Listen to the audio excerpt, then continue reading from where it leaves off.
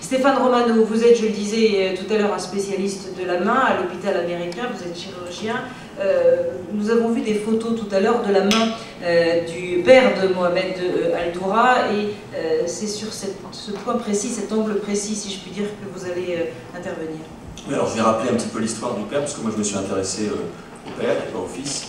Donc le père est censé être blessé ce jour-là à Netzarim. Il est ensuite transporté à l'hôpital de Shifa, où il est reçu par les chirurgiens palestiniens. Il est opéré de plusieurs lésions, puis il est transféré en Jordanie, où il est réopéré à nouveau. J'ai pu donc avoir accès au dossier médical de Shifa en Palestine et le dossier médical de Jordanie. J'ai pu aussi avoir accès au dossier médical israélien, puisque quelques années plus tard, Jamal Al-Doura présente à la télé ses blessures, et un de mes amis, qui est Yehuda David, voit le personnage à la télévision. Je me dis, c'est marrant, je connais ce patient, je l'ai opéré, je reconnais ses blessures. Il va refouiller dans ses dossiers, et il trouve effectivement qu'il avait opéré au milieu des années 90 ce Palestinien. À l'époque, il avait été blessé par des Palestiniens puisqu'il était accusé de collaboration avec l'armée israélienne. Il avait été blessé à la machette. Il avait une section médio-cubitale, c'est-à-dire du nerf médian et du nerf cubital au bras. Et il avait donc une paralysie de la main. Il avait fait ce qu'on appelle un transfert palliatif, c'est-à-dire une intervention où pour pallier au déficit neurologique, on va remplacer des tendons en modifiant le trajet de certains tendons pour redonner une nouvelle fonction à la main.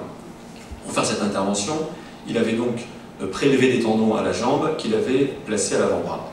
Et l'aspect de la main de Jamal Al-Doura, qu'il présente aux journalistes dans les années 2000, en expliquant voilà ma main, les Israéliens m'ont blessé, je ne peux plus vivre comme avant, etc., était l'aspect qui lui semblait être celui qu'il avait obtenu lui en post-opératoire. J'ai donc regardé tous ces dossiers médicaux. J'ai d'abord regardé le film que nous a montré tout à l'heure Philippe, et c'est vrai que j'ai une petite expérience de chirurgie de guerre parce que j'ai beaucoup travaillé avec Médecins sans frontières dans les années 80, et une blessure par arme de guerre, en particulier les armes israéliennes, qui sont des armes américaines, à cette distance-là, avec cet angle-là, ne peut pas donner un aspect sur les vêtements ou sur le mur comme on a vu, puisque effectivement les orifices de sortie sont souvent très importants, au moins gros comme ça à cette distance, avec du sang, avec des débris osseux et des débris de tissu sur le mur. Et donc je me suis beaucoup interrogé sur ces 14 impacts qu'il est censé avoir et qui, à mon avis, ne me semblent pas possibles.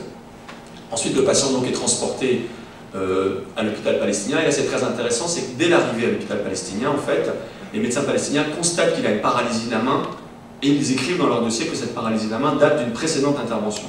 C'est marqué dans le dossier palestinien, et les adversaires du procès récent n'ont même pas remarqué.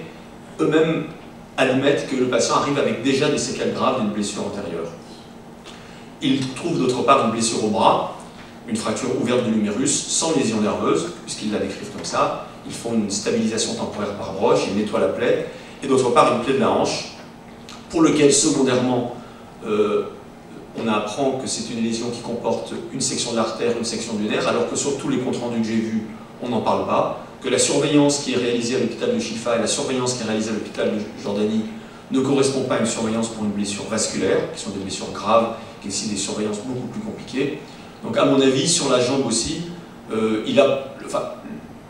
Jamal Al-Doura qu'on me présente dans ce dossier a peut-être reçu ce jour-là une balle. Je ne sais pas si c'est au carrefour de Netzarim, mais en tout cas, cette balle n'a pas entraîné les lésions qu'il présente lors des différentes émissions de télévision.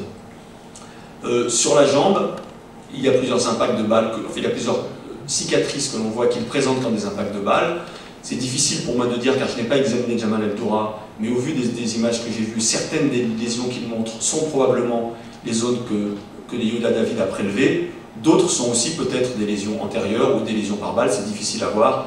Et là-dessus, dans l'expertise qui a été faite récemment et que j'ai présentée au tribunal pour défendre Clément Velrenal et Yehuda David, qui sont donc, je ne l'ai pas dit, accusés de diffamation contre Jamal Al-Doura, donc je n'ai pas pu déterminer sur ces blessures quelles étaient les blessures anciennes et quelles étaient les blessures nouvelles. En revanche, je le répète encore, et c'est pour ça que je voulais en parler aujourd'hui, les blessures du bras qu'il présente à tout le monde comme étant responsables de sa vie difficile actuellement, etc., sont évidemment dues aux blessures des années 90 opérées par Yehuda David.